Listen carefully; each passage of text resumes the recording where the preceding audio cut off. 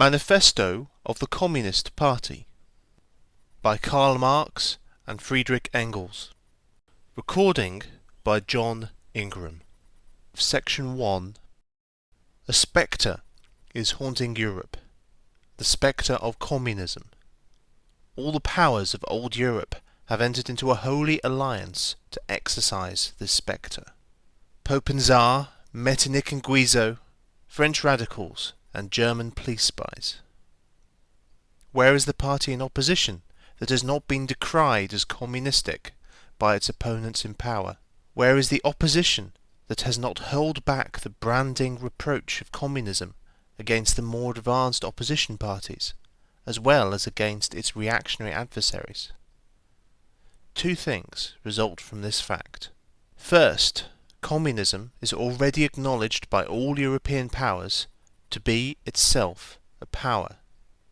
Second, it is high time that communists should openly, in the face of the whole world, publish their views, their aims, their tendencies, and meet this nursery tale of the spectre of communism with a manifesto of the party itself.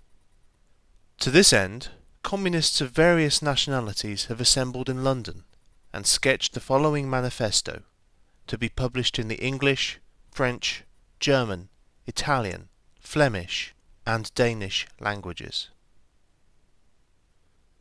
Section 1. Bourgeois and Proletarians. The history of all hitherto existing societies is the history of class struggles. Freeman and slave, patrician and plebeian, lord and serf, guildmaster and journeyman. In a word, oppressor and oppressed, stood in constant opposition to one another, carried on an uninterrupted, now hidden, now open fight, a fight that each time ended either in the revolutionary reconstitution of society at large, or in the common ruin of the contending classes. In the earlier epochs of history, we find almost everywhere a complicated arrangement of society into various orders, a manifold gradation of social rank. In ancient Rome, we have patricians, knights, plebeians, slaves. In the Middle Ages, feudal lords, vassals, guildmasters, journeymen, apprentices, serfs. In almost all of these classes, again, subordinate gradations. The modern bourgeois society that has sprouted from the ruins of feudal society has not done away with class antagonisms. It has but established new classes, new conditions of oppression, new forms of struggle in place of the old ones. Our epoch, the epoch of the bourgeoisie, possesses, however, this distinctive feature. It has simplified the class antagonisms. Society, as a whole, is more and more splitting up into two great hostile camps, into two great classes directly facing each other, bourgeoisie and proletariat. From the serfs of the Middle Ages sprang the chartered burghers of the earliest towns. From these burgesses, the first elements of the bourgeoisie were developed. The discovery of America, the rounding of the Cape, opened up fresh ground for the rising bourgeoisie. The East Indian and Chinese markets, the colonization of America, trade with the colonies, the increase in the means of exchange, and in commodities generally, gave to commerce, to navigation, to industry, an impulse never before known, and, thereby, to the revolutionary element in the tottering feudal society, a rapid development. The feudal system of industry, under which industrial production was monopolized by closed guilds, now no longer sufficed for the growing wants of the new markets. The manufacturing system took its place. The guild masters were pushed on one side by the manufacturing middle class.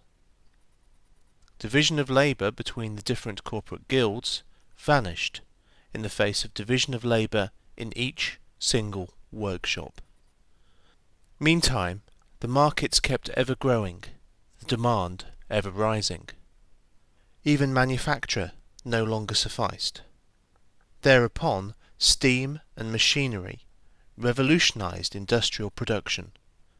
The place of manufacture was taken by the giant modern industry.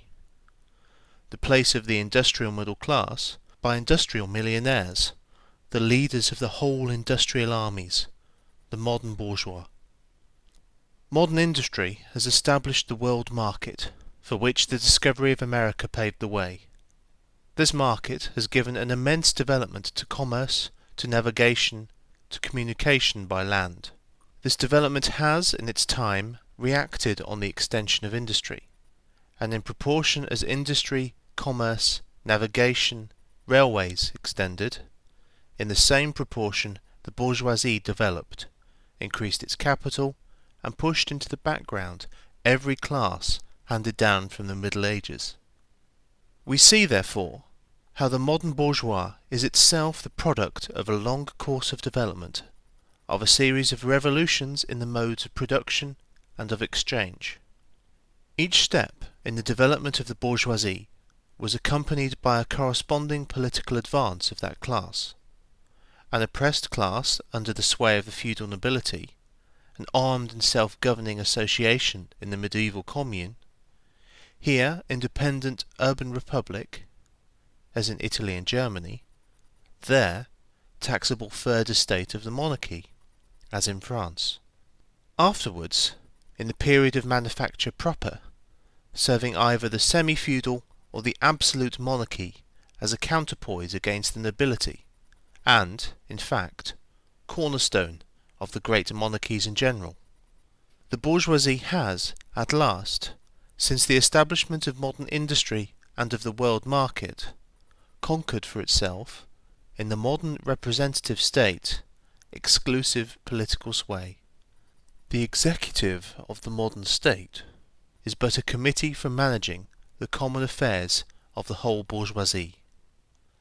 The bourgeoisie historically has played a most revolutionary part. The bourgeoisie, wherever it has got the upper hand, has put an end to all feudal, patriarchal, idyllic relations. It has pitilessly torn asunder the motley feudal ties that bound men to his natural superiors, and has left remaining no other nexus between man and man than naked self-interest, than callous cash payment. It has drowned the most heavenly ecstasies of religious fervour, of chivalrous enthusiasm, of Philistine sentimentalism in the icy waters of egotistical calculation. It has resolved personal worth into exchange value, and, in place of the numberless and feasible chartered freedoms, has set up that single, unconscionable freedom, free trade. In one word, for exploitation, veiled by religious and political illusions, naked, shameless, direct, brutal exploitation. The bourgeoisie has stripped of its halo every occupation hitherto honoured and looked up to with reverent awe. It has converted the physician, the lawyer, the priest, the poet, the man of science, into its page-wage labourers. The bourgeoisie has torn away from the family its sentimental veil, and has reduced the family relation to a mere money relation. The bourgeoisie has disclosed how it came to pass that the brutal display of vigour in the Middle Ages, which reactionists so much admire, found its fitting complement in the most slothful indolence. It has been the first to show what man's activity can bring about. It has accomplished wonders far surpassing Egyptian pyramids, Roman aqueducts, and Gothic cathedrals. It has conducted expeditions that put in the shade all former exoduses of nations and crusades. The bourgeoisie cannot exist without constantly revolutionizing the instruments of production, and thereby the relations of production, and with them the whole relations of society. Conservation of the old modes of production in unaltered form was, on the contrary, the first condition of existence for all earlier industrial classes. Constant revolutionizing of production, uninterrupted disturbance of all social conditions, everlasting uncertainty and agitation distinguish the bourgeois epoch from all earlier ones. All fixed, fast-frozen relations, with their train of ancient and venerable prejudices and opinions, are swept away. All new-formed ones become antiquated before they can ossify. All that is solid melts into air, all that is holy is profaned, and man is at last compelled to face with sober senses his real conditions of life and his relations with his kind. The need of a constantly expanding market for its products chases the bourgeoisie over the whole surface of the globe. It must nestle everywhere, settle everywhere, establish connections everywhere. The bourgeoisie has, through its exploitation of the world market, given a cosmopolitan character to production and consumption in every country. To the great chagrin of reactionists, it has drawn from under the feet of industry the national ground on which it stood. All old established national industries have been destroyed, or are daily being destroyed. They are dislodged by new industries, whose introduction becomes a life and death question for all civilized nations, by industries that no longer work up indigenous raw material, but raw material drawn from the remotest zones. Industries whose products are consumed, not only at home, but in every quarter of the globe. In place of the old wants, satisfied by the productions of the country, we find new wants, requiring for their satisfaction the products of distant lands and climes. In place of the old local and national seclusion and self-sufficiency, we have intercourse in every direction, universal interdependence of nations. And, as in material, so also in intellectual production. The intellectual creations of individual nations become common property. National one-sidedness and narrow-mindedness become more and more impossible, and from the numerous national and local literatures there arises a world literature. The bourgeoisie, by the rapid improvement of all instruments of production, by the immensely facilitated means of communication, draws all, even the most barbarian, nations into civilization. The cheap prices of its commodities are the heavy artillery with which it batters down all Chinese walls, with which it forces the barbarians' intensely obstinate hatred of foreigners to capitulate. It compels all nations, on pain of extinction, to adopt the bourgeois mode of production. It compels them to introduce what it calls civilization into their midst, i.e., to become bourgeois themselves. In one word, it creates a world after its own image. The bourgeoisie has subjected the country to the rule of the towns. It has created enormous cities, has greatly increased the urban population as compared with the rural, and has thus rescued a considerable part of the population from the idiocy of rural life. Just as it has made the country dependent on the towns, so it has made barbarian and semi-barbarian countries dependent on the civilized ones. Nations of peasants on nations of bourgeois, the East on the West. The bourgeois keeps more and more doing away with the scattered state of the population, of the means of production, and of property. It has agglomerated production, and has concentrated property in a few hands. The necessary consequence of this was political centralization. Independent, or but loosely connected provinces, with separate interests, laws, governments, and systems of taxation, became lumped together into one nation with one government, one code of laws, one national class interest, one frontier, and one customs tariff. The bourgeoisie, during its rule of scarce 100 years, has created more massive and more colossal productive forces than have all preceding generations together.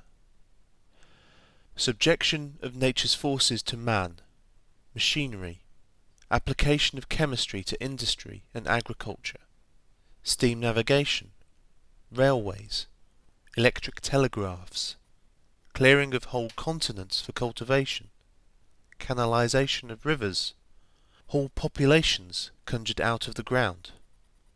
What earlier century had even a presentiment that such productive forces slumbered in the lap of social labour? We see then the means of production and of exchange, on whose foundation the bourgeoisie built itself up, were generated in feudal society. At a certain stage in the development of these means of production and of exchange, the conditions under which feudal society produced and exchanged, the feudal organisation of agriculture and manufacturing industry, in one word, the feudal relations of property, became no longer compatible with the already developed productive forces. They became so many fetters. They had to be burst asunder. They were burst asunder. Into their place stepped free competition, accompanied by a social and political constitution adapted to it, and by the economical and political sway of the bourgeois class. A similar movement is going on before our own eyes. Modern bourgeois society, with its relations of production, of exchange, and of property, a society that has conjured up such gigantic means of production and of exchange, is like the sorcerer who is no longer able to control the powers of the netherworld whom he has called up by his spells. For many a decade past, the history of industry and commerce is but the history of the revolt of modern productive forces against modern conditions of production, against the property relations that are the conditions for the existence of the bourgeoisie and of its rule. It is enough to mention the commercial crises that, by their periodical return, put on its trial, each time more threateningly, the existence of the entire bourgeois society. In these crises, a great part, not only of the existing products, but also of the previously creative productive forces, are periodically destroyed. In these crises, there breaks out an epidemic that, in all earlier epochs, would have seemed an absurdity, the epidemic of overproduction. Society suddenly finds itself put back into a state of momentary barbarism. It appears as if a famine, a universal war of devastation, had cut off the supply of every means of subsistence. Industry and commerce seem to be destroyed. And why? Because there is too much civilization, too much means of subsistence, too much industry, too much commerce. The productive forces at the disposal of society no longer tend to further the development of the conditions of bourgeois property. On the contrary, they have become too powerful for these conditions, by which they are fettered, and so, soon as they overcome these fetters, they bring disorder into the whole of bourgeois society, endanger the existence of bourgeois property. The conditions of bourgeois society are too narrow to comprise the wealth created by them. And how does the bourgeoisie get over these crises? On the one hand, enforced destruction of a mass of productive forces. On the other, by the conquest of new markets, and by the more thorough exploitation of the old ones. That is to say, by paving the way for more extensive and more destructive crises, and by diminishing the means whereby crises are prevented. The weapons with which the bourgeoisie felled feudalism to the ground are now turned against the bourgeoisie itself. But not only has the bourgeoisie forged the weapons that bring death to itself, it has also called into existence the men who are to wield these weapons, the modern working class, the proletarians. In proportion as the bourgeoisie, i.e. capital, is developed, in the same proportion is the proletariat, the modern working class, developed, a class of labourers who live only so long as they find work, and who find work only so long as their labour increases capital. These labourers, who must sell themselves piecemeal, are a commodity like every other article of commerce, and are consequently exposed to all the vicissitudes of competition, to all the fluctuations of the market.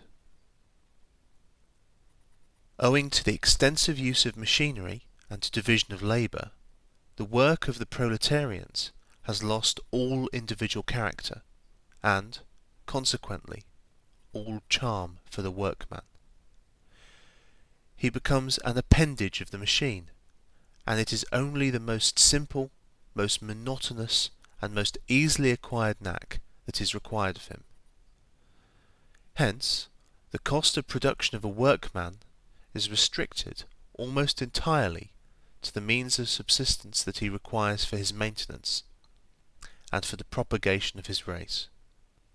But the price of a commodity, and therefore also of labour, is equal to the cost of production. In proportion, therefore, as the repulsiveness of the work increases, the wage decreases. Nay, more, in proportion as the use of machinery and division of labour increases, in the same proportion the burden of toil also increases, whether by prolongation of the working hours, by increase of the work exacted in a given time, or by increased speed of the machinery, etc. Modern industry has converted the little workshop of the patriarchal master into the great factory of the industrial capitalist. Masses of labourers crowded into the factory are organised like soldiers. As privates of the industrial army, they are placed under the command of a perfect hierarchy of officers and sergeants. Not only are they slaves of the bourgeois class and of the bourgeois state, they are daily and hourly enslaved by the machine, by the overlooker, and, above all, by the individual bourgeois manufacturer himself. The more openly this despotism proclaims gain to be its end and aim, the more petty, the more hateful, and the more embittering it is. The less the skill and exertion of strength implied in manual labour, in other words, the more modern industry becomes developed, the more is the labour of men superseded by that of women. Differences of age and sex have no longer any distinctive social validity for the working class. All are instruments of labour, more or less expensive to use according to their age and sex. No sooner is the exploitation of the labourer by the manufacturer so far at an end that he receives his wages in cash, than he is set upon by other portions of the bourgeoisie, the landlord, the shopkeeper, the pawnbroker, etc. The lower strata of the middle class, the small tradespeople, shopkeepers, retired tradesmen generally, the handicraftsmen and peasants, all these sink gradually into the proletariat, partly because their diminutive capital does not suffice for the scale on which modern industry is carried on, and is swamped in the competition with the large capitalists, partly because their specialized skill is rendered worthless by the new methods of production. Thus, the proletariat is recruited from all classes of the population. The proletariat goes through various stages of development. With its birth begins its struggle with the bourgeoisie.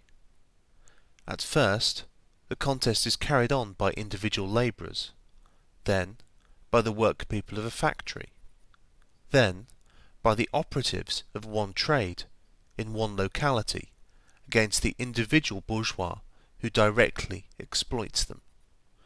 They direct their attacks not against the bourgeois conditions of production, but against the instruments of production themselves. They destroy imported wares that compete with their labour.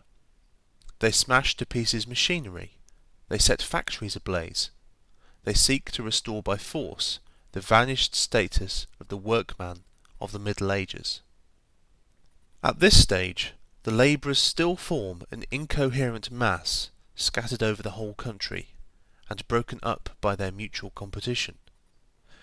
If, anywhere, they unite to form more compact bodies, this is not yet the consequence of their own active union, but of the union of the bourgeoisie, which class, in order to attain its own political ends, is compelled to set the whole proletariat in motion, and is, moreover yet, for a time, able to do so. At this stage, therefore, the proletarians do not fight their enemies, but the enemies of their enemies, the remnants of absolute monarchy, the landowners, the non-industrial bourgeois, the petty bourgeoisie. Thus, the whole historical movement is concentrated in the hands of the bourgeoisie. Every victory so obtained is a victory for the bourgeoisie. But, with the development of industry, the proletariat not only increases in number, it becomes concentrated in greater masses, its strength grows, and it feels that strength more. The various interests and conditions of life within the ranks of the proletariat are, more and more, equalized, in proportion as machinery obliterates all distinctions of labour, and nearly everywhere reduces wages to the same low level. The growing competition among the bourgeois and the resulting commercial crises makes the wages of the workers ever more fluctuating. The unceasing improvement of machinery, ever more rapidly developing, makes their livelihood more and more precarious. The collisions between individual workmen and individual bourgeois take more and more the character of collisions between two classes. Thereupon, the workers begin to form combinations, trades unions, against the bourgeois. They club together in order to keep up the rate of wages. They found permanent associations in order to make provision beforehand for these occasional revolts. Here and there, the contest breaks out into riots. Now and then, the workers are victorious, but only for a time. The real fruit of their battles lies, not in the immediate result, but in the ever-expanding union of the workers. This union is helped on by the improved means of communication that are created by modern industry, and that place the workers of different localities in contact with one another. It was just this contact that was needed to centralize the numerous local struggles, all of the same character, into one national struggle between classes. But every class struggle is a political struggle, and that union, to attain which the burghers of the Middle Ages, with their miserable highways, required centuries, the modern proletarians, thanks to railways, achieve in a few years. This organisation of the proletarians into a class, and consequently into a political party, is continually being upset again by the competition between the workers themselves. But it ever rises up again, stronger, firmer, mightier. It compels legislative recognition of particular interests of the workers by taking advantage of the divisions among the bourgeoisie itself. Thus, the 10 Hours Bill in England was carried. Altogether, collisions between the classes of the old society further, in many ways, the course of development of the proletariat. The bourgeoisie finds itself involved in a constant battle. At first with the aristocracy, later on with those portions of the bourgeoisie itself whose interests have become antagonistic to the progress of industry, at all times with the bourgeoisie of foreign countries. In all these battles, it sees itself compelled to appeal to the proletariat, to ask for its help, and, thus, to drag it into the political arena. The bourgeoisie itself, therefore, supplies the proletariat with its own instruments of political and general education. In other words, it furnishes the proletariat with weapons for fighting the bourgeoisie. Further, as we have already seen, entire sections of the ruling classes are, by the advance of industry, precipitated into the proletariat, or are at least threatened in their conditions of existence. These also supply the proletariat with fresh elements of enlightenment and progress. Finally, in times when the class struggle nears the decisive hour, the process of dissolution going on within the ruling class, in fact within the whole range of society, assumes such a violent glaring character that a small section of the ruling class cuts itself adrift and joins the revolutionary class, the class that holds the future in its hands. Just as, therefore, at an earlier period, a section of the nobility went over to the bourgeoisie, so now a portion of the bourgeoisie goes over to the proletariat. And, in particular, a portion of the bourgeois ideologists, who have raised themselves to the level of comprehending theoretically the historical movement as a whole. Of all the classes that stand face to face with the bourgeoisie today, the proletariat alone is a really revolutionary class. The other classes decay and finally disappear in the face of modern industry. The proletariat is its special and essential product. The lower middle class, the small manufacturer, the shopkeeper, the artisan, the peasant, all these fight against the bourgeoisie to save from extinction their existence as fractions of the middle class. They are therefore not revolutionary, but conservative. Nay more, they are reactionary, for they try to roll back the wheel of history. If by chance they are revolutionary, they are so only in view of their impending transfer into the proletariat. They thus defend not their present, but their future interests. They desert their own standpoint to place themselves at that of the proletariat.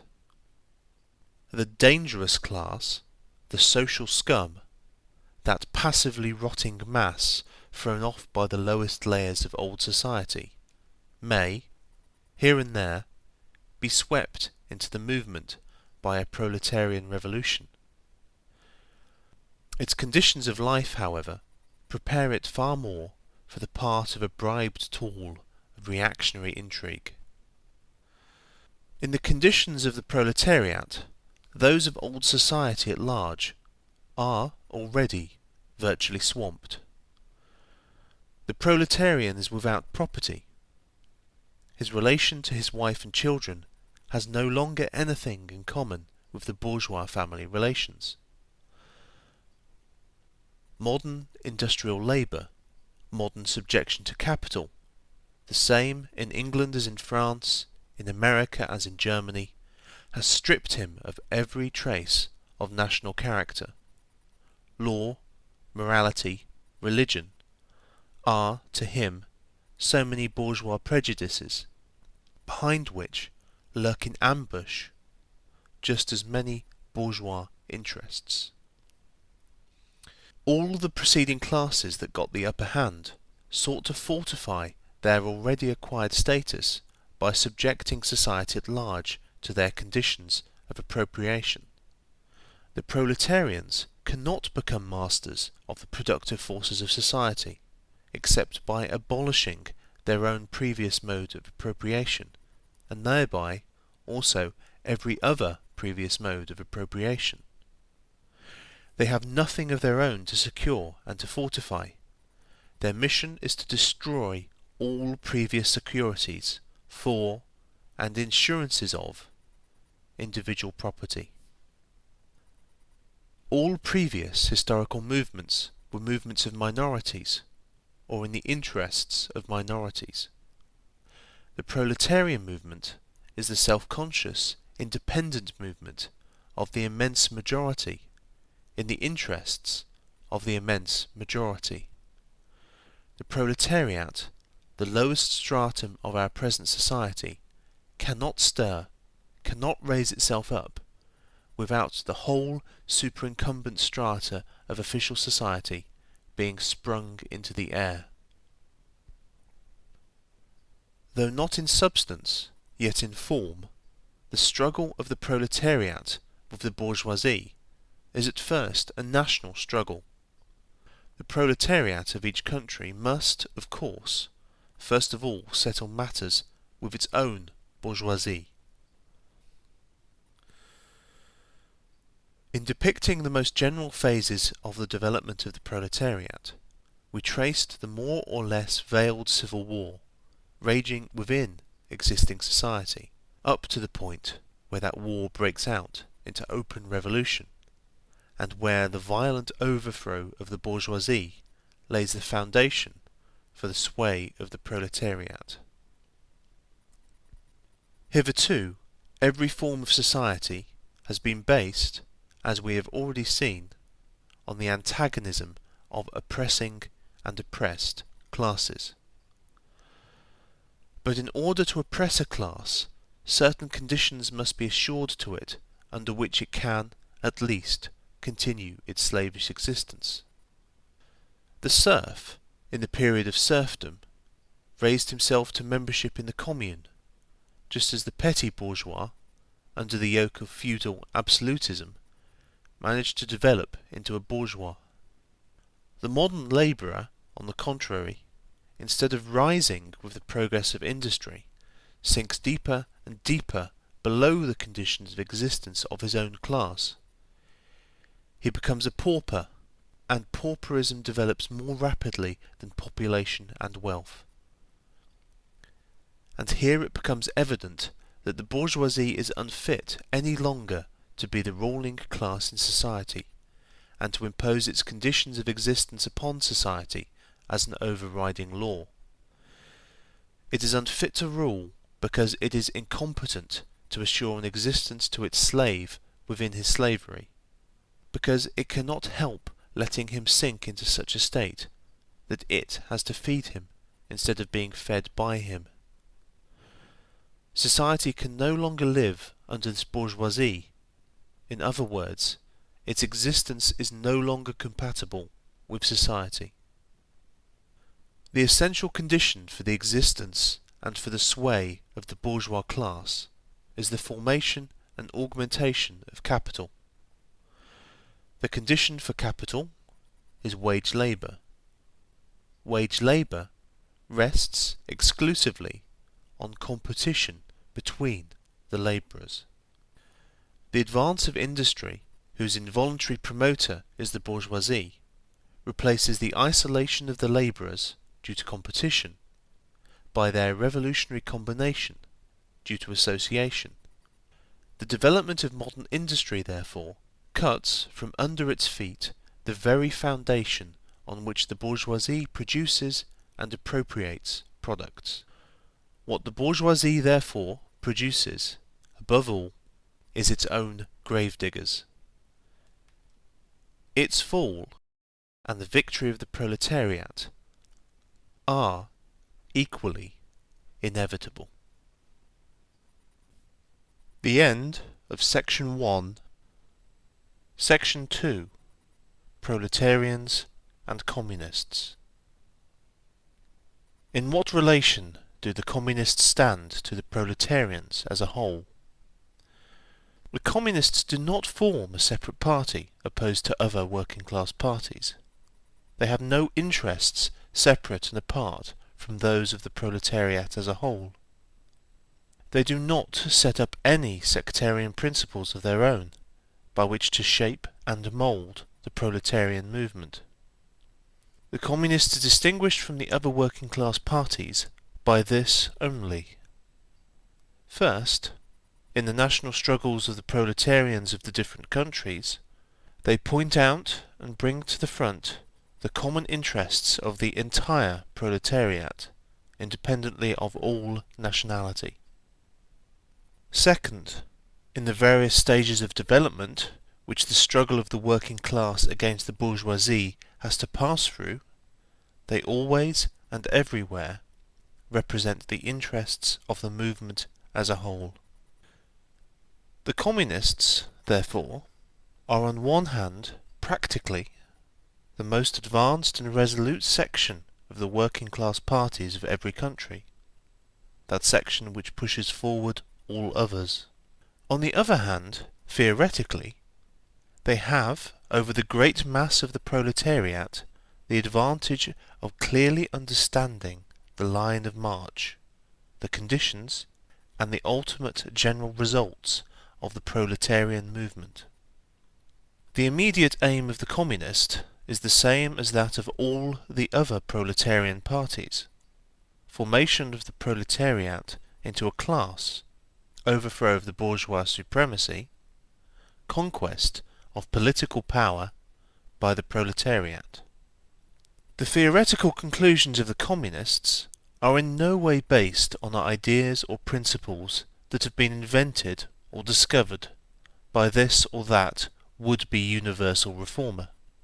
They merely express, in general terms, actual relations springing from an existing class struggle, from a historical movement going on under our very eyes. The abolition of existing property relations is not at all a distinctive feature of communism. All property relations in the past have continually been subject to historical change, consequent upon the change in historical conditions. The French Revolution, for example, abolished feudal property in favour of bourgeois property. The distinguishing feature of communism is not the abolition of property generally, but the abolition of bourgeois property. But modern bourgeois private property is the final and most complete expression of the system of producing and appropriating products that is based on class antagonisms, on the exploitation of the many by the few. In this sense, the theory of the Communists may be summed up in the single sentence: abolition of private property. We Communists have been reproached with the desire of abolishing the right of personally acquiring property as the fruit of a man's own labour, which property is alleged to be the groundwork of all personal freedom, activity, and independence. Hard-won, self-acquired, self-earned property. Do you mean the property of the petty artisan and of the small peasant, a form of property that preceded the bourgeois form? There is no need to abolish that. The development of industry has, to a great extent, already destroyed it, and is still destroying it daily. Or do you mean modern bourgeois private property? But does wage labour create any property for the labourer? Not a bit. It creates capital, i.e., that kind of property which exploits wage labour, and which cannot increase except upon condition of begetting a new supply of wage labour for fresh exploitation. Property, in its present form, is based on the antagonism of capital and wage labour. Let us examine both sides of this antagonism. To be a capitalist is to have not only a purely personal, but a social status in production. Capital is a collective product, and only by the united action of many members, nay, in the last resort, only by the united action of all members of society, can it be set in motion. Capital is, therefore, not a personal, it is a social power, When, therefore, capital is converted into common property, into the property of all members of society, personal property is not thereby transformed into social property. It is only the social character of the property that is changed. It loses its class character. Let us now take wage labour. The average price of wage labour is the minimum wage, i.e., that quantum of the means of subsistence which is absolutely requisite in bare existence as a labourer. What, therefore, the wage labourer appropriates by means of his labour merely suffices to prolong and reproduce a bare existence. We by no means intend to abolish this personal appropriation of the products of labour, an appropriation that is made for the maintenance and reproduction of human life, and that leaves no surplus wherewith to command the labour of others. All that we want to do away with is the miserable character of this appropriation, under which the labourer lives merely to increase capital, and is allowed to live only in so far as the interest of the ruling class requires it. In bourgeois society, living labour is but a means to increase accumulated labour. In communist society, accumulated labour is but a means to widen, to enrich, to promote the existence of the labourer. In bourgeois society, therefore, the past dominates the present. In communist society, the present dominates the past. In bourgeois society, capital is independent and has individuality, while the living person is dependent and has no individuality.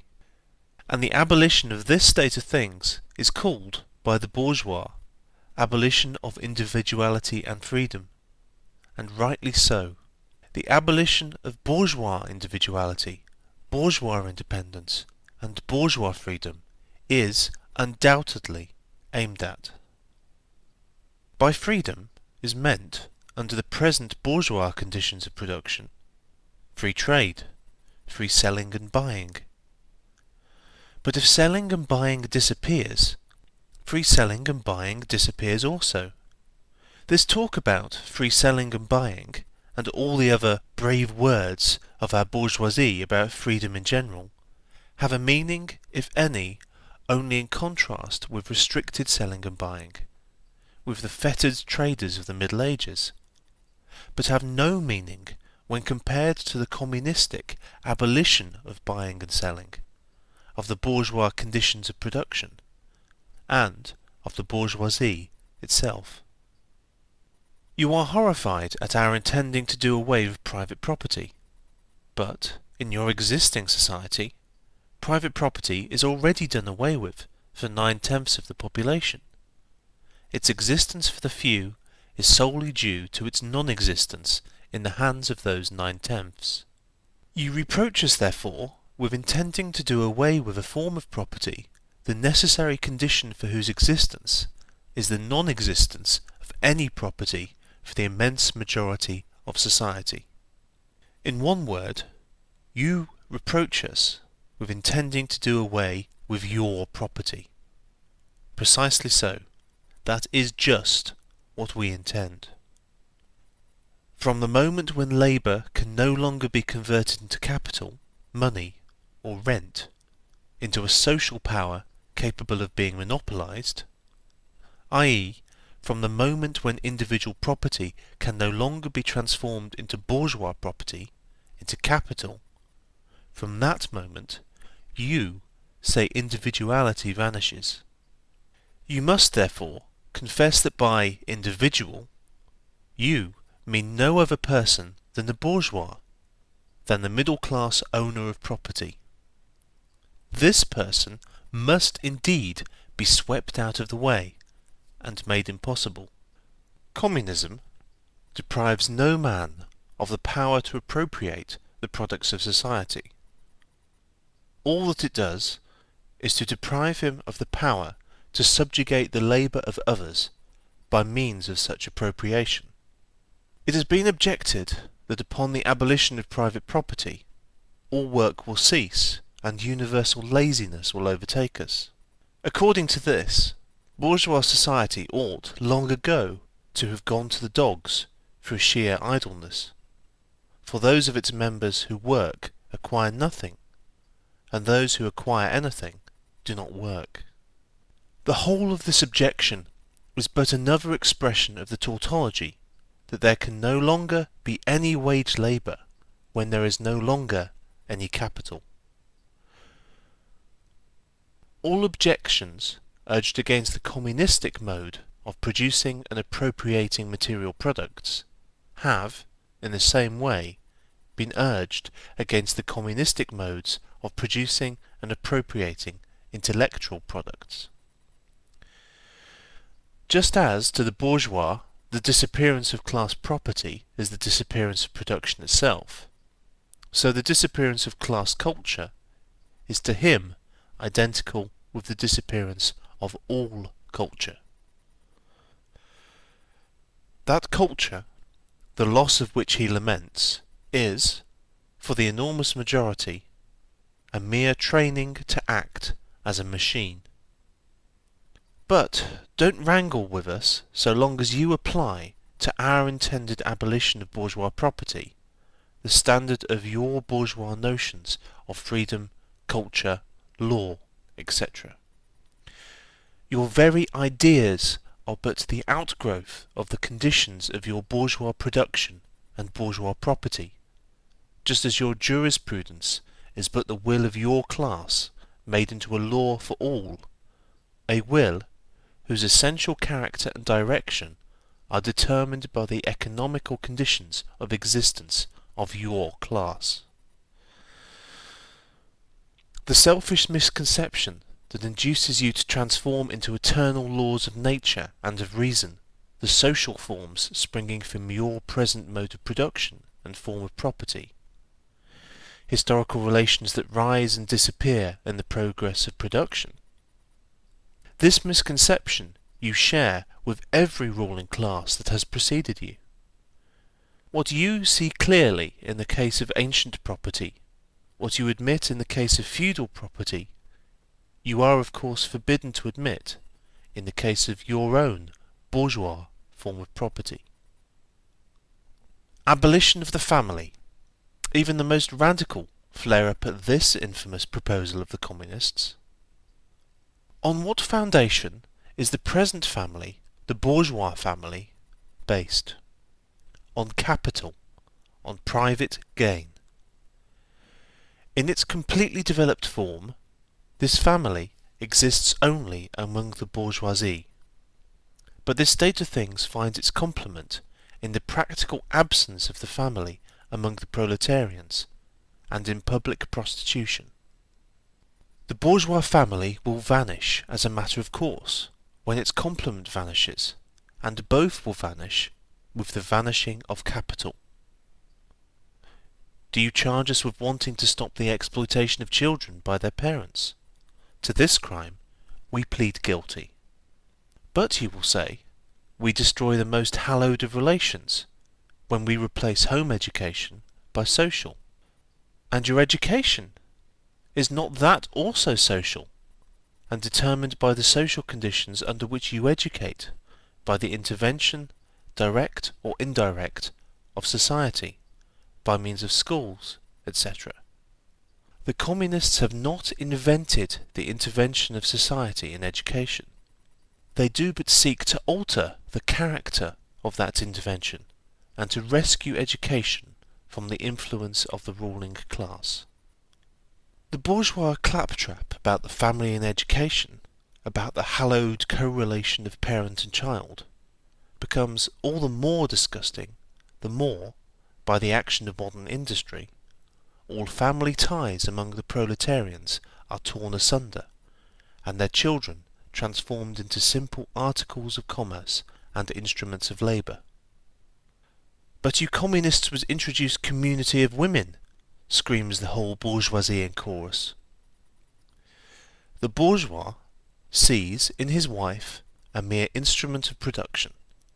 He hears that the instruments of production are to be exploited in common, and, naturally, can come to no other conclusion than that the lot of being common to all will likewise fall to the women. He has not even a suspicion that the real point is to do away with the status of women as mere instruments of production.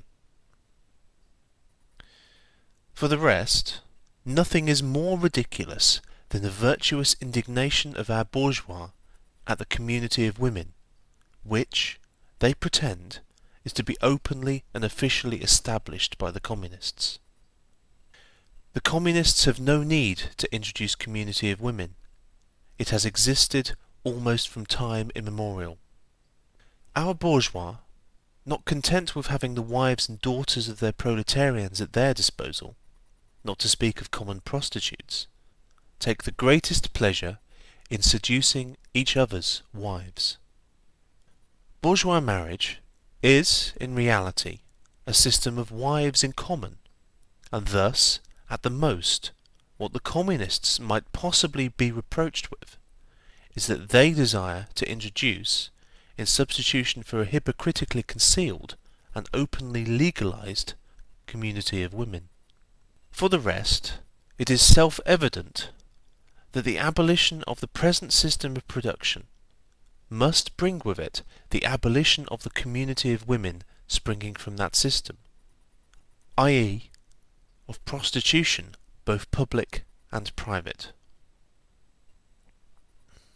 The communists are further reproached with desiring to abolish countries and nationality. The working men have no country. We cannot take from them what they have not got. Since the proletariat must first of all acquire political supremacy, must rise to be the leading class of the nation, must constitute itself the nation, it is, so far, itself national, though not in the bourgeois sense of the word. National differences and antagonisms between people are daily more and more vanishing, owing to the development of the bourgeoisie, to freedom of commerce, to the world market, to uniformity in the mode of production, and in the conditions of life corresponding thereto. The supremacy of the proletariat will cause them to vanish still faster. The united action of the leading civilized countries, at least, is one of the first conditions for the emancipation of the proletariat. In proportion as the exploitation of one individual by another is put an end to, the exploitation of one nation by another will also be put an end to. In proportion as the antagonism between classes within the nation vanishes, the hostility of one nation to another will come to an end. The charges against communism, made from a religious, a philosophical, and, generally, from an ideological standpoint, are not deserving of serious examination.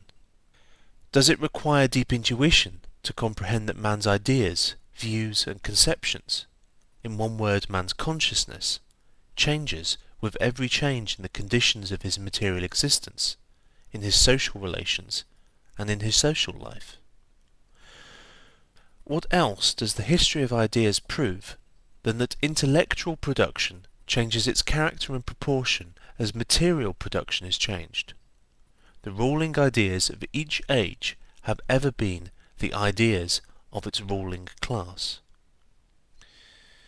When people speak of ideas that revolutionize society, they do but express the fact that, within the old society, the elements of a new one have been created, and that the dissolution of the old ideas keeps even pace with the dissolution of the old conditions of existence. When the ancient world was in its last throes, the ancient religions were overcome by Christianity. When Christian ideas succumbed in the 18th century to rationalist ideas, feudal society fought its death battle with the then revolutionary bourgeoisie. The ideas of religious liberty and freedom of conscience merely gave expression to the sway of free competition within the domain of knowledge. Undoubtedly, it will be said, religious moral, philosophical, and juridical ideas have been modified in the course of historical development.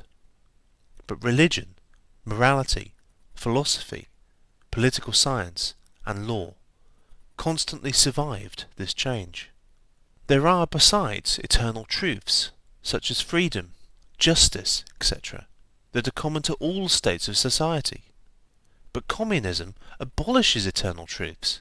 It abolishes all religion and all morality, instead of constituting them on a new basis. It therefore acts in contradiction to all past historical experience. What does this accusation reduce itself to? The history of all past society has consisted in the development of class antagonisms that assumed different forms at different epochs. But, whatever form they may have taken, one fact is common to all past ages, viz., the exploitation of one part of society by the other. No wonder, then, that the social consciousness of past ages, despite all the multiplicity and variety it displays, moves within certain common forms, or general ideas, which cannot completely vanish except with the total disappearance of class antagonisms.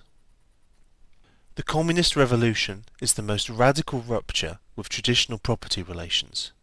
No wonder that its development involves the most radical rupture with traditional ideas. But let us have done with the bourgeois objections to communism. We have seen above that the first step in the revolution by the working class is to raise the proletariat to the position of ruling as to win the battle of democracy. The proletariat will use its political supremacy to wrest, by degrees, all capital from the bourgeoisie, to centralise all instruments of production in the hands of the state, i.e., of the proletariat organised as the ruling class, and to increase the total of productive forces as rapidly as possible.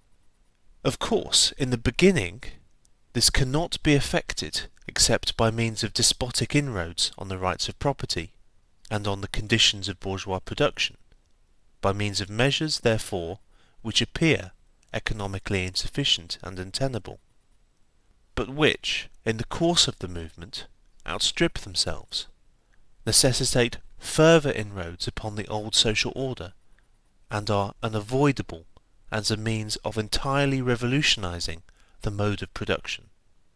These measures will, of course, be different in different countries. Nevertheless, in the most advanced countries, the following will be pretty generally applicable. Number 1. Abolition of property in land and application of all rents of land to public purposes. Number 2. A heavy progressive or gradated income tax. Number 3. Abolition of all right of inheritance. Number 4. Confiscation of the property of all emigrants and rebels. Number 5. Centralisation of credit in the hands of the state by means of a national bank with state capital and an exclusive monopoly.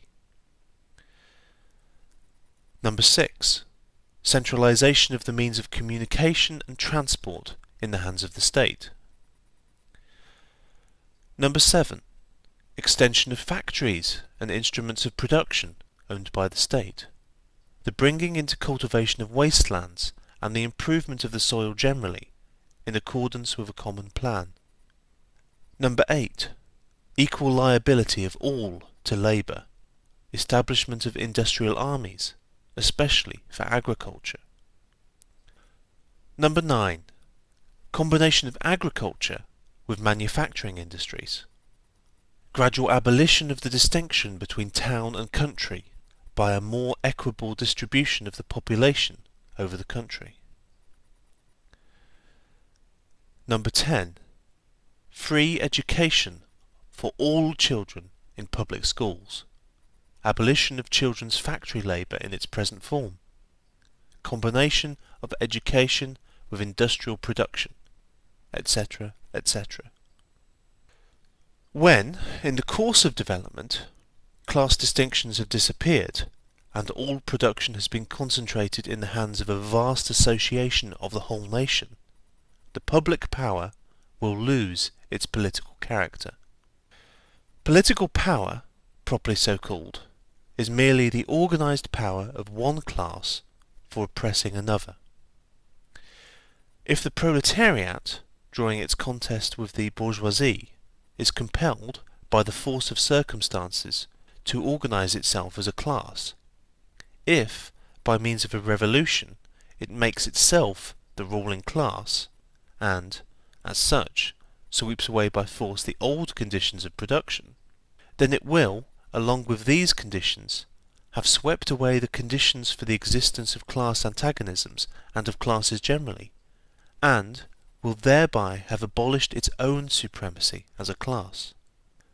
In place of the old bourgeois society, with its classes and class antagonisms, we shall have an association in which the free development of each is the condition for the free development of all. The end of Section 2. Section 3.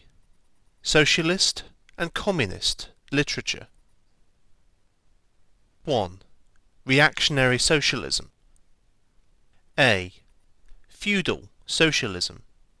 Owing to their historical position, it became the vocation of the aristocracies of France and England to write pamphlets against modern bourgeois society. In the French Revolution of July 1830, and in the English reform agitation, these aristocracies again succumbed to the hateful upstart. Thenceforth, a serious political contest was altogether out of the question. A literary battle alone remained possible. But, even in the domain of literature, the old cries of the Restoration period had become impossible. In order to arouse sympathy, the aristocracy were obliged to lose sight, apparently, of their own interests, and to formulate their indictment against the bourgeoisie in the interests of the exploited working class alone. Thus the aristocracy took their revenge by singing lampoons on their new master, and whispering in his ears sinister prophecies of coming catastrophe. In this way arose feudal socialism, half lamentation, half lampoon, half echo of the past, half menace of the future. At times, by its bitter, witty and incisive criticism, striking the bourgeoisie to the very heart's core, but always ludicrous in its effect, through total incapacity to comprehend the march of modern history. The aristocracy, in order to rally the people to them, waved the proletarian alms bag in front for a banner. But the people, so often as it joined them, saw on their hind quarters the old feudal coats of arms, and deserted with loud and irreverent laughter. One section of the French Legitimists and Young England exhibited this spectacle. In pointing out that their mode of exploitation was different to that of the bourgeoisie, the feudalists forget that they exploited under circumstances and conditions that were quite different, and that are now antiquated. In showing that, under their rule, the modern proletariat never existed, they forget that the modern bourgeoisie is the necessary offspring of their own form of society. For the rest, so little do they conceal the reactionary character of their criticism, that the chief accusation against the bourgeoisie amounts to this: that under the bourgeois regime, a class is being developed which is destined to cut up root and branch the old order of society. What they upbraid the bourgeoisie with is not so much that it creates a proletariat, as that it creates a revolutionary proletariat. In political practice, therefore, they join in all coercive measures against the working class. And in ordinary life, despite their highfalutin phrases, they stoop to pick up the golden apples dropped from the tree of industry, and to barter truth, love, and honour for traffic and wool, beetroot sugar, and potato spirits. As the parson has ever gone hand in hand with the landlord, so has clerical socialism with feudal socialism. Nothing is easier than to give Christian asceticism a socialist tinge. Has not Christianity declaimed against private property, against marriage, against the state? Has it not preached in the place of these charity and poverty, celibacy and mortification of the flesh, monastic life and mother church? Christian socialism is but the holy water with which the priest consecrates the heart-burnings of the aristocrat. B. Petty bourgeois socialism. The feudal aristocracy was not the only class that was ruined by the bourgeoisie, not the only class whose conditions of existence pined and perished in the atmosphere of modern bourgeois society. The medieval burgesses and the small peasant proprietors were the precursors of the modern bourgeoisie. In those countries which are but little developed, industrially and commercially, these two classes still vegetate side by side with the rising bourgeoisie. In countries where modern civilization has become fully developed, a new class of petty bourgeois has been formed, fluctuating between proletariat and bourgeoisie, and ever renewing itself as a supplementary part of bourgeois society. The individual members of this class, however, are being constantly hurled down into the proletariat by the action of competition, and, as modern industry develops, they even see the moment approaching when they will completely disappear as an independent section of modern society, to be replaced in manufactures, agriculture and commerce by overlookers, bailiffs and shopmen. In countries like France, where the peasants constitute far more than half of the population, it was natural that writers who sided with the proletariat against the bourgeoisie should use, in their criticism of the bourgeois regime, the standard of the peasant and petty bourgeois, and from the standpoint of these intermediate classes should take up the cudgels for the working class. Thus arose petty bourgeois socialism. Sismondi was the head of this school, not only in France but also in England. This school of socialism dissected with great acuteness the contradictions in the conditions of modern production. It laid bare the hypocritical apologies of economists. It proved, incontrovertibly, the disastrous effects of machinery and division of labour, the concentration of capital and land in a few hands, overproduction and crises. It pointed out the inevitable ruin of the petty bourgeois and peasant, the misery of the proletariat, the anarchy in production, the crying inequalities in the distribution of wealth, the industrial war of extermination between nations, the dissolution of old moral bonds, of the old family relations, of the old nationalities. In its positive aims, however, this form of socialism aspires either to restoring the old means of production and of exchange, and with them the old property relations and the old society, or to cramping the modern means of production and of exchange within the framework of the old property relations that have been, and were bound to be, exploded by those means. In either case, it is both reactionary and utopian. Its last words are corporate guilds for manufacture, patriarchal relations in agriculture. Ultimately, when stubborn historical facts had dispersed all intoxicating effects of self-deception, this form of socialism ended in a miserable fit of the blues. C. German, or true, socialism. The socialist and communist literature of France, a literature that originated under the pressure of a bourgeoisie in power, and that was the expression of a struggle against this power, was introduced into Germany at a time when the bourgeoisie in that country had just begun its contest with feudal absolutism. German philosophers, would-be philosophers, and beaux esprits eagerly seized on this literature, only forgetting that when these writings immigrated from France into Germany, French social conditions had not immigrated along with them. In contact with German social conditions, this French literature lost all its immediate practical significance and assumed a purely literary aspect. Thus, to the German philosophers of the 18th century, the demands of the First French Revolution were nothing more than the demands of practical reason in general, and the utterance of the will of the revolutionary French bourgeoisie signified, in their eyes, the law of pure will as it was bound to be, of true human will generally.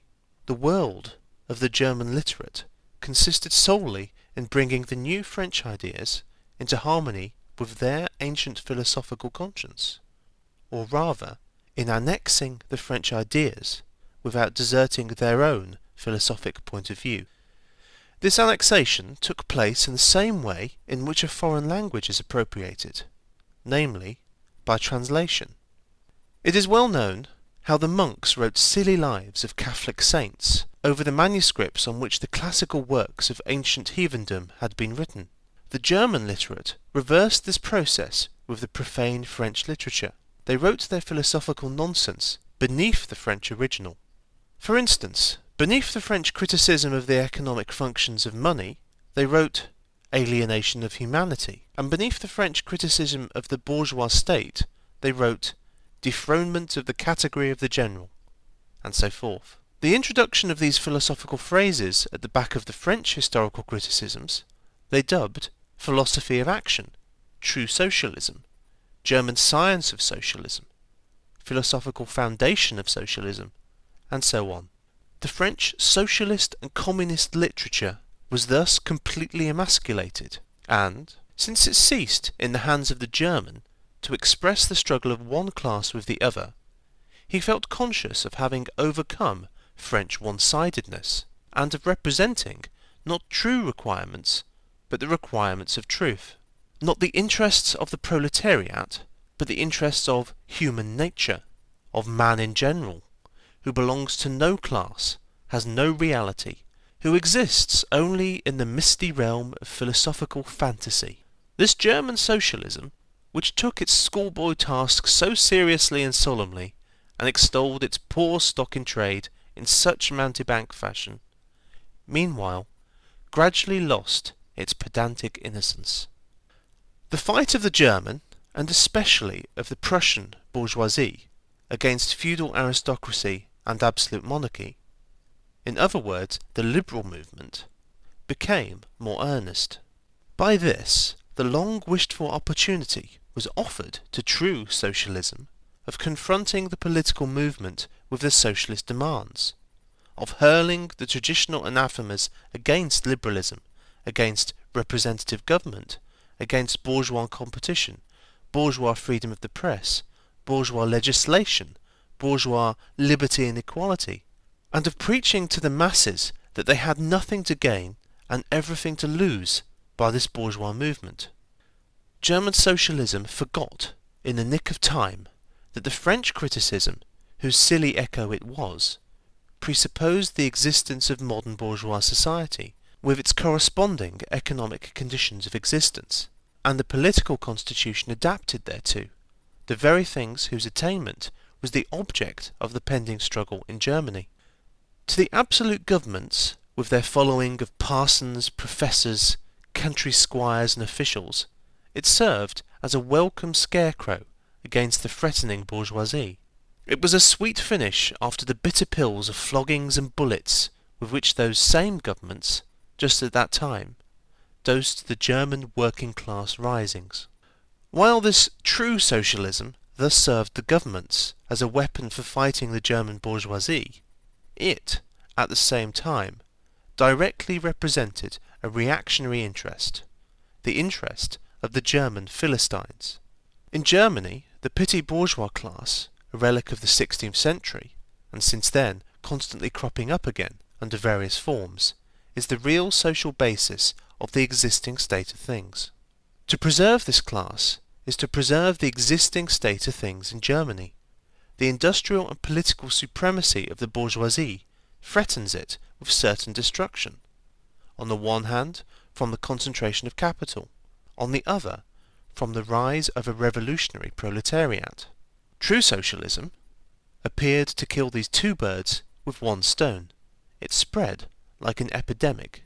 The robe of speculative cobwebs, embroidered with flowers of rhetoric, steeped in the dew of sickly sentiment, this transcendental robe in which the German socialists wrapped their sorry eternal truths, all skin and bone, served to wonderfully increase the sale of their goods amongst such a public. And on its part, German socialism recognized more and more its own calling as the bombastic representative of the petty bourgeois Philistine. It proclaimed the German nation to be the model nation, and the German petty Philistine to be the typical man. To every villainous meanness of this model man it gave a hidden, higher, socialistic interpretation, the exact contrary of its real character. It went to the extreme length of directly opposing the brutally destructive tendency of communism, and of proclaiming its supreme and impartial contempt of all class struggles. With very few exceptions, all the so-called socialist and communist publications that now, 1847, circulate in Germany belong to the domain of this foul and enervating literature. 2. Conservative or bourgeois socialism. A part of the bourgeoisie is desirous of redressing social grievances in order to secure the continued existence of bourgeois society. To this section belong economists, philanthropists, humanitarians, improvers of the condition of the working class, organisers of charity, members of societies for the prevention of cruelty to animals, temperance fanatics, hole and corner reformers of every imaginable kind. This form of socialism has, moreover, been worked out into complete systems. We may cite Proudhon's Philosophie de la Misère as an example of this form. The socialistic bourgeois want all the advantages of modern social conditions without the struggles and dangers necessarily resulting therefrom. They desire the existing state of society, minus its revolutionary and disintegrating elements. They wish for a bourgeoisie without a proletariat. The bourgeoisie naturally conceives the world in which it is supreme to be the best, and bourgeois socialism develops this comfortable conception into various, more or less complete, systems. In requiring the proletariat to carry out such a system, and thereby to march straight away into the social New Jerusalem, it but requires in reality that the proletariat should remain within the bounds of existing society, but should cast away all its hateful ideas concerning the bourgeoisie. A second and more practical, but less systematic form of this socialism sought to depreciate every revolutionary movement in the eyes of the working class, by showing that no mere political reform, but only a change in the material conditions of existence in economic relations, could be of any advantage to them. By changes in the material conditions of existence, this form of socialism, however, by no means understands abolition of the bourgeois relations of production, an abolition that can be effected only by a revolution, but administrative reforms, based on the continued existence of these relations. Reforms, therefore, that in no respect affect the relations between capital and labour, but, at best, lessen the cost and simplify the administrative work of bourgeois government. Bourgeois socialism attains adequate expression when, and only when, it becomes a mere figure of speech. Free trade for the benefit of the working class, protective duties for the benefit of the working class, prison reform for the benefit of the working class. This is the last word and the only seriously meant word of bourgeois socialism. It is summed up in the phrase, "The bourgeois is a bourgeois for the benefit of the working class." 3. Critical utopian socialism and communism. We do not here refer to that literature which, in every great modern revolution, has always given voice to the demands of the proletariat, such as the writings of Babeuf and others. The first direct attempts of the proletariat to attain its own ends, made in times of universal excitement when feudal society was being overthrown, these attempts necessarily failed, owing to the then undeveloped state of the proletariat, as well as to the absence of the economic conditions for its emancipation, conditions that had yet to be produced, and could be produced by the impending bourgeois epoch alone. The revolutionary literature that accompanied these first movements of the proletariat had, necessarily, a reactionary character. It inculcated universal asceticism and social levelling in its crudest form. The socialist and communist systems properly so called, those of Saint-Simon, Fourier, Owen, and others, spring into existence in the early undeveloped period, described above, of the struggle between proletariat and bourgeoisie. See section 1, Bourgeois and Proletarians. The founders of these systems see, indeed, the class antagonisms, as well as the action of the decomposing elements in the prevailing form of society. But the proletariat, as yet in its infancy, offers to them the spectacle of a class without any historical initiative or any independent political movement. Since the development of class antagonism keeps even pace with the development of industry, the economic situation, as they find it, does not as yet offer to them the material conditions for the emancipation of the proletariat. They, therefore, search after a new social science, after new social laws that are to create these conditions. Historical action is to yield to their personal inventive action historically created conditions of emancipation to fantastic ones, and the gradual, spontaneous class organisation of the proletariat to the organisation of society specially contrived by these inventors. Future history resolves itself, in their eyes, into the propaganda and the practical carrying out of their social plans. In the formation of their plans, they are conscious of caring chiefly for the interests of the working class, as being the most suffering class. Only from the point of view of being the most suffering class does the proletariat exist for them. The undeveloped state of the class struggle, as well as their own surroundings, causes socialists of this kind to consider themselves far superior to all class antagonisms. They want to improve the condition of every member of society, even that of the most favoured. Hence, they habitually appeal to society at large, without distinction of class, nay, by preference, to the ruling class. For how can people, when once they understand their system, fail to see in it the best possible plan of the best possible state of society? Hence, they reject all political, and especially all revolutionary, action. They wish to attain their ends by peaceful means, and endeavour by small experiments, necessarily doomed to failure, and by the force of example, to pave the way for the new social gospel. Such fantastic pictures of future society, painted at a time when the proletariat is still in a very undeveloped state, and has but a fantastic conception of its own position, correspond with the first instinctive yearnings of that class for a general reconstruction of society. But these socialist and communist publications contain also a critical element. They attack every principle of existing society. Hence, they are full of the most valuable materials for the enlightenment of the working class.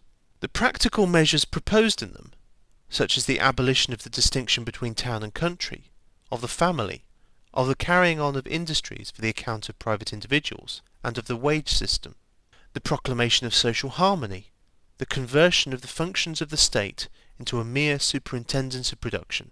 All these proposals point solely to the disappearance of class antagonisms which were, at the time, only just cropping up, and which, in these publications, are recognized in their earliest, indistinct, and undefined forms only. These proposals, therefore, are of a purely utopian character. The significance of critical utopian socialism and communism bears an inverse relation to historical development. In proportion as the modern class struggle develops and takes definite shape, this fantastic standing apart from the contest, these fantastic attacks on it, lose all practical value and all theoretical justification. Therefore, although the originators of these systems were, in many respects, revolutionary, their disciples have, in every case, formed mere reactionary sects. They hold fast by the original views of their masters in opposition to the progressive historical development of the proletariat. They, therefore, endeavour, and that consistently, to deaden the class struggle and to reconcile the class antagonisms. They still dream of experimental realisation of their social utopias, of founding isolated phalansteres, of establishing home colonies, of setting up a Little Icaria, duodecimo editions of the New Jerusalem. And to realise all these castles in the air, they are compelled to appeal to the feelings and purses of the bourgeois. By degrees, they sink into the category of the reactionary conservative socialists depicted above, differing from these only by a more systematic pedantry, and by their fanatical and superstitious belief in the miraculous effects of their social science. They, therefore, violently oppose all political action on the part of the working class. Such action, according to them, can only result from blind unbelief in the new gospel. The Owenites in England and the Fourierists in France, respectively, oppose the Chartists and the Reformists. Section 4. Position of the Communists in relation to the various existing opposition parties. Section 2 has made clear the relations of the Communists to the existing working class parties, such as the Chartists in England and the agrarian reformers in America. The Communists fight for the attainment of the immediate aims, for the enforcement of the momentary interests of the working class, but in the movement of the present they also represent and take care of the future of that movement. In France, the Communists ally themselves with the Social Democrats against the conservative and radical bourgeoisie, reserving, however, the right to take up a critical position in regard to phrases and allusions traditionally handed down from the Great Revolution. In Switzerland, they support the radicals, without losing sight of the fact that this party consists of antagonistic elements, partly of democratic socialists in the French sense, partly of radical bourgeois. In Poland, they support the party that insists on an agrarian revolution as the prime condition for national emancipation, that party which fomented the insurrection of Krakow in 1846. In Germany, they fight with the bourgeoisie whenever it acts in a revolutionary way against the absolute monarchy, the feudal squirearchy, and the petty bourgeoisie. But they never cease, for a single instant, to instill into the working class the clearest possible recognition of the hostile antagonism between bourgeoisie and proletariat, in order that the German workers may straightway use, as so many weapons against the bourgeoisie, the social and political conditions that the bourgeoisie must necessarily introduce along with its supremacy, and in order that, after the fall of the reactionary classes in Germany, the fight against the bourgeoisie itself may immediately begin. The Communists turn their attention chiefly to Germany because that country is on the eve of a bourgeois revolution that is bound to be carried out under more advanced conditions of European civilization and with a much more developed proletariat than that of England was in the 17th and of France in the 18th century, and because the bourgeois revolution in Germany will be but the prelude to an immediately following proletarian revolution. In short, the Communists everywhere support every revolutionary movement against the existing social and political order of things. In all these movements they bring to the front as the leading question in each, the property question, no matter what its degree of development at the time. Finally, they labour everywhere for the union and agreement of the democratic parties of all countries.